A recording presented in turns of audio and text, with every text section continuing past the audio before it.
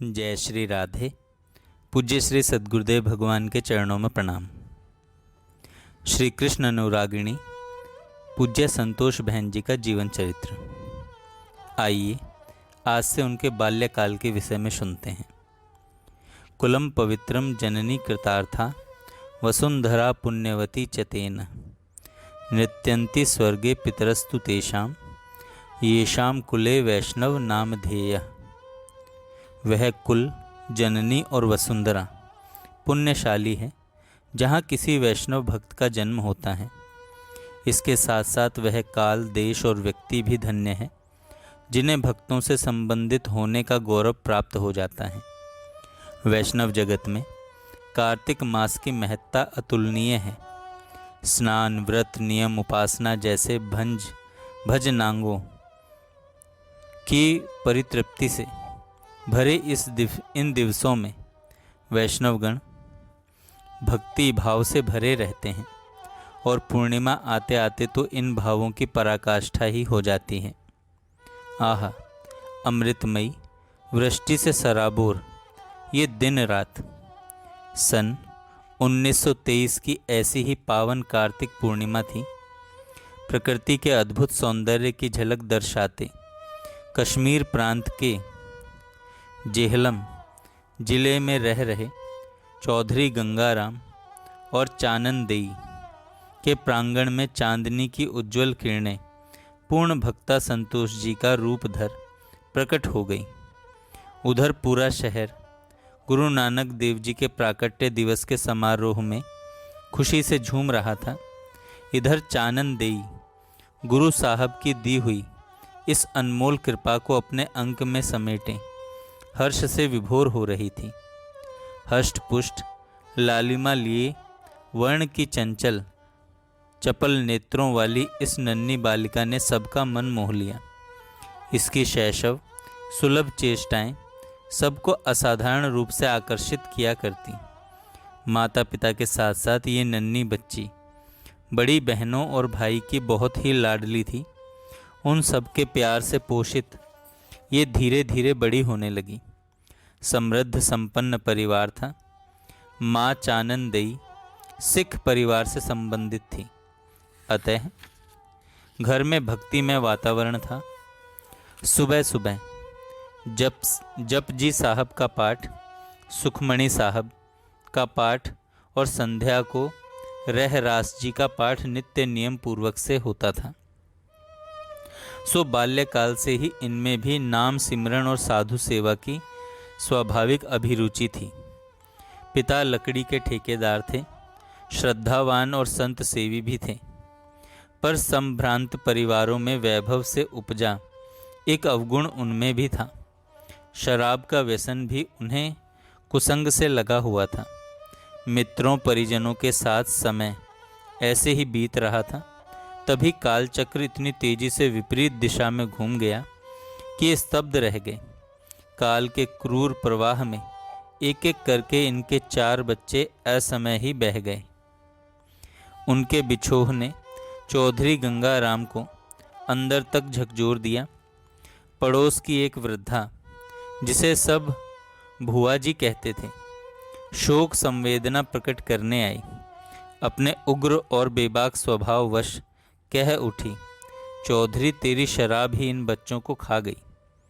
मरमाहत चौधरी साहब ये सुन सकते में आ गए।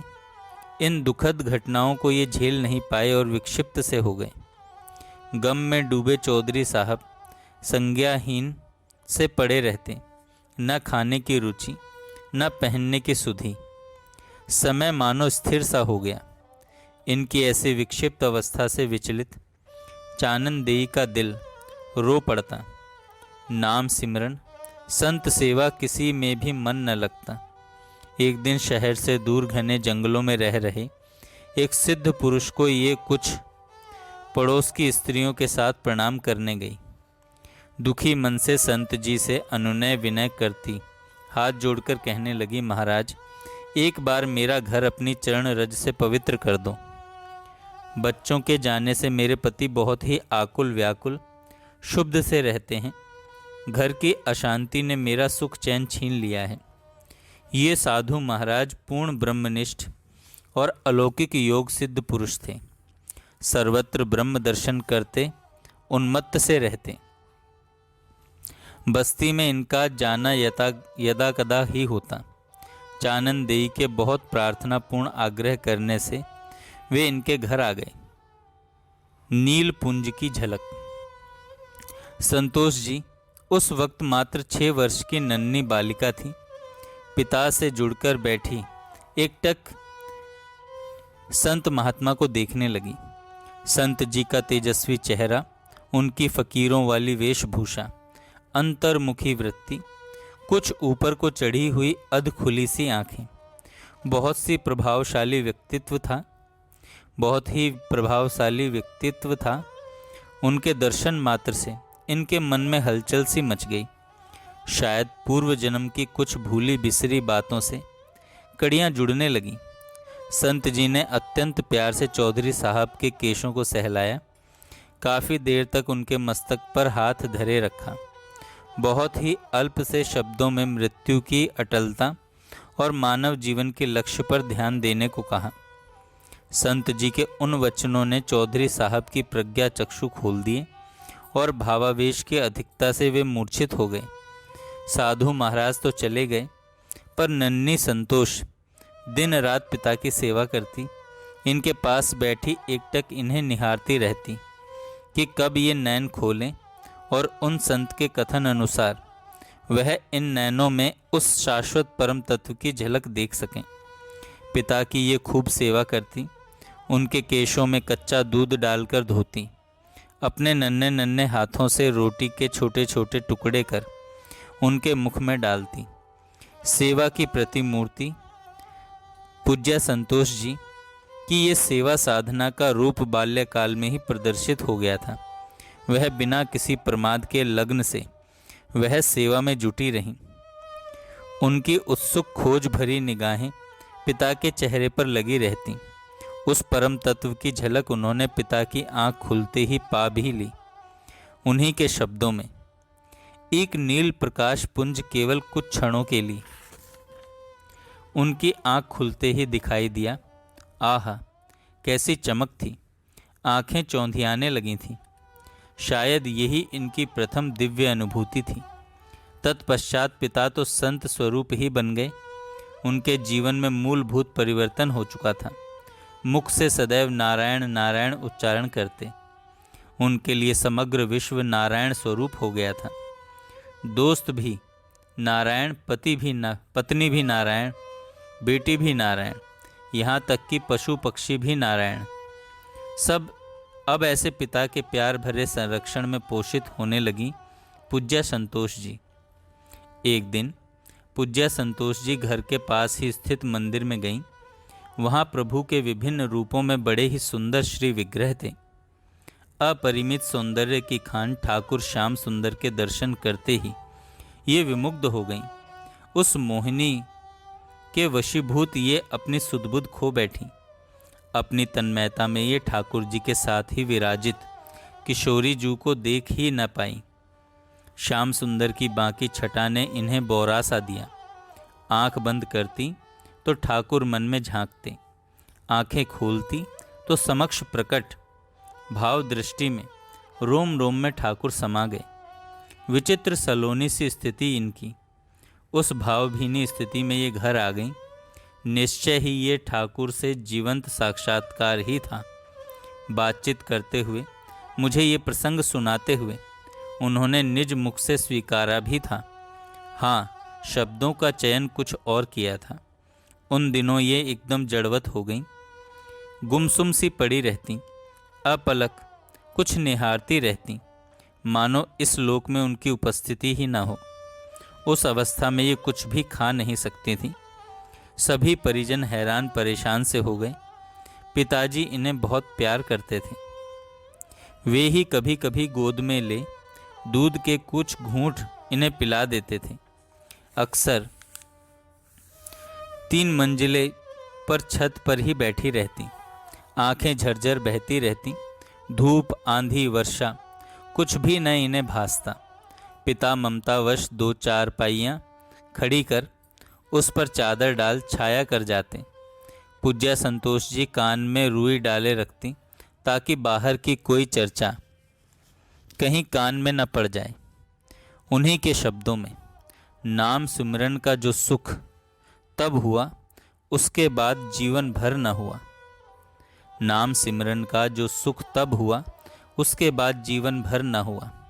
नाम में डूबना क्या है तभी जान पाई थी। वस्तुतः नाम वियोगी न जिए, जिए तो बावरा होए। ये कहते हुए उनके चेहरे से अलौकिक भाव प्रकट हो रहा था। लगभग 8 महीने ऐसी ही अवस्था में वे डूबी रहीं। एक दिन कान में रुई डालना भूल गईं। पड़ोस की छत पर किसी की परस्पर बातचीत सुनाई दी। मंदिर में ठाकुर दर्शन को चलें, ये शब्द सुन ये अपनी बेसुधी से उबर सोचने लगी, आह, मुझे तो दर्शन किए मानो युग ही बीत गए। और ठाकुर दर्शन की ललक से भावित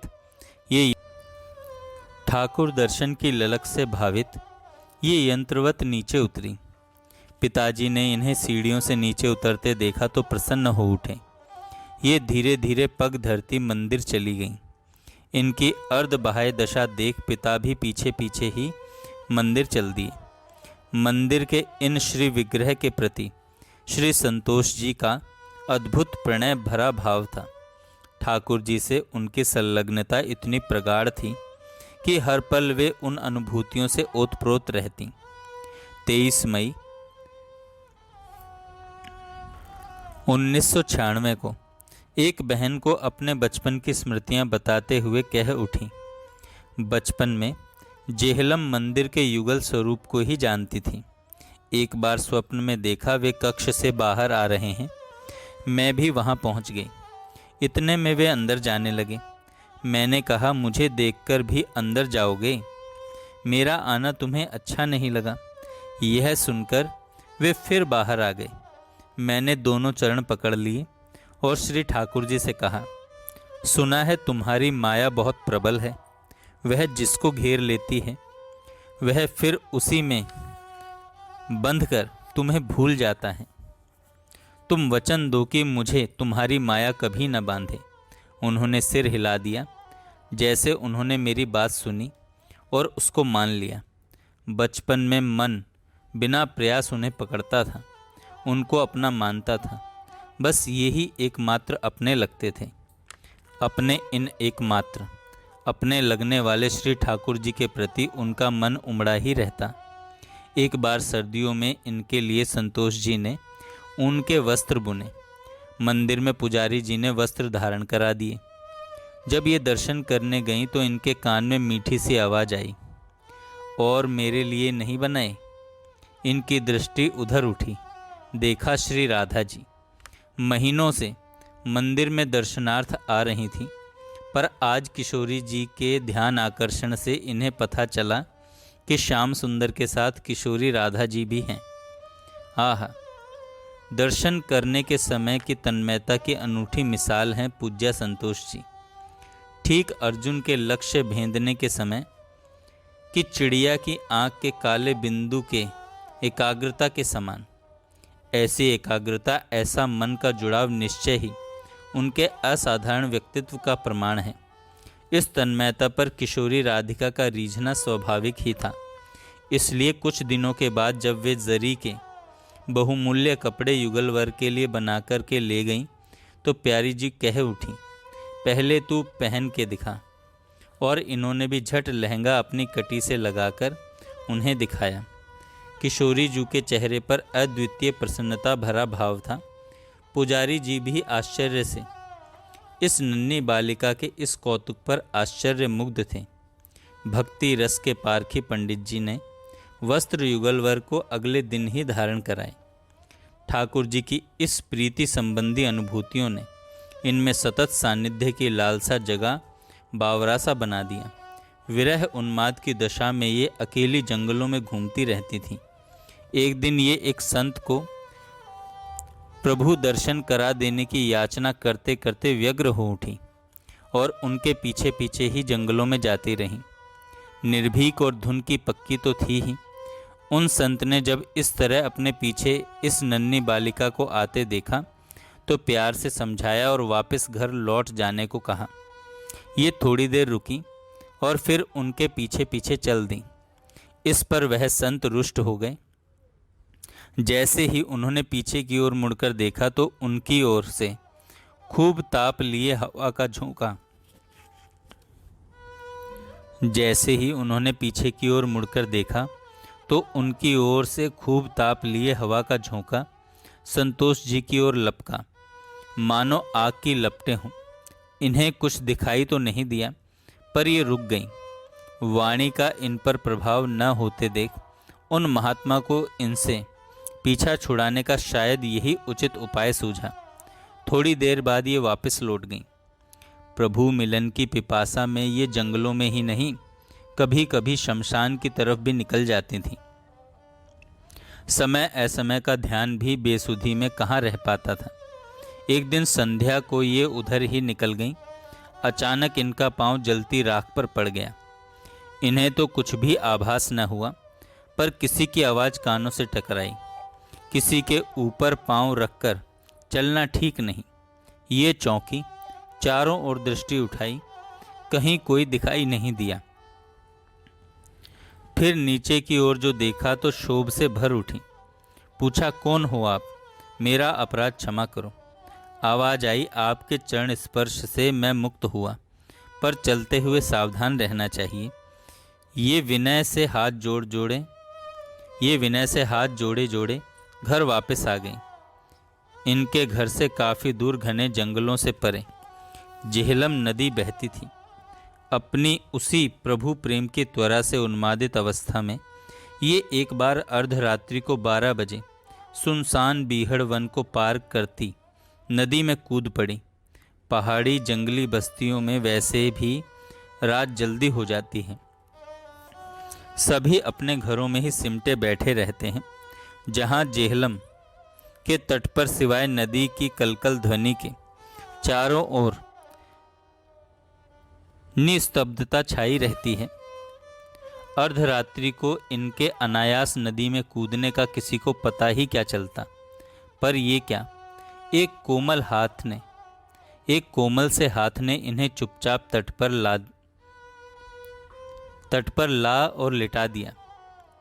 ये वापस घर तो आ गई, पर उसी भावदशा में कई दिन डूबी रहीं। उस वक्त की उनकी मनोदशा और कौतुक रहस्य को समझ ही कौन सकता था। ये उस विरह उन्माद से उबर ही नहीं सकी। कुछ दिन बाद उन्हीं भावों के वशीभूत हो फिर जेहलम नदी में इन्होंने छलांग लगा दी। क्या ही सुखद आश्चर्य!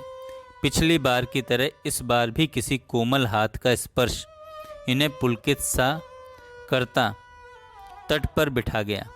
अर्धरात्रि में इस तरह का कौतुक उनके अंग संग डोलने वाले सांवर किशोर के सिवा और हो ही किसका सकता था। पर सिर्फ स्पर्श आभास से ये क्या तृप्त होती। समक्ष साक्षात दृष्टिगोचर हों, कब मन की साध पूरी करेंगे, इसी विचार से ये याचना करती। ये घंटों मंदिर में ही बैठी रहती। जय श्री राधे। जय श्री राधे। पूज्य श्री सद्गुरुदेव भगवान के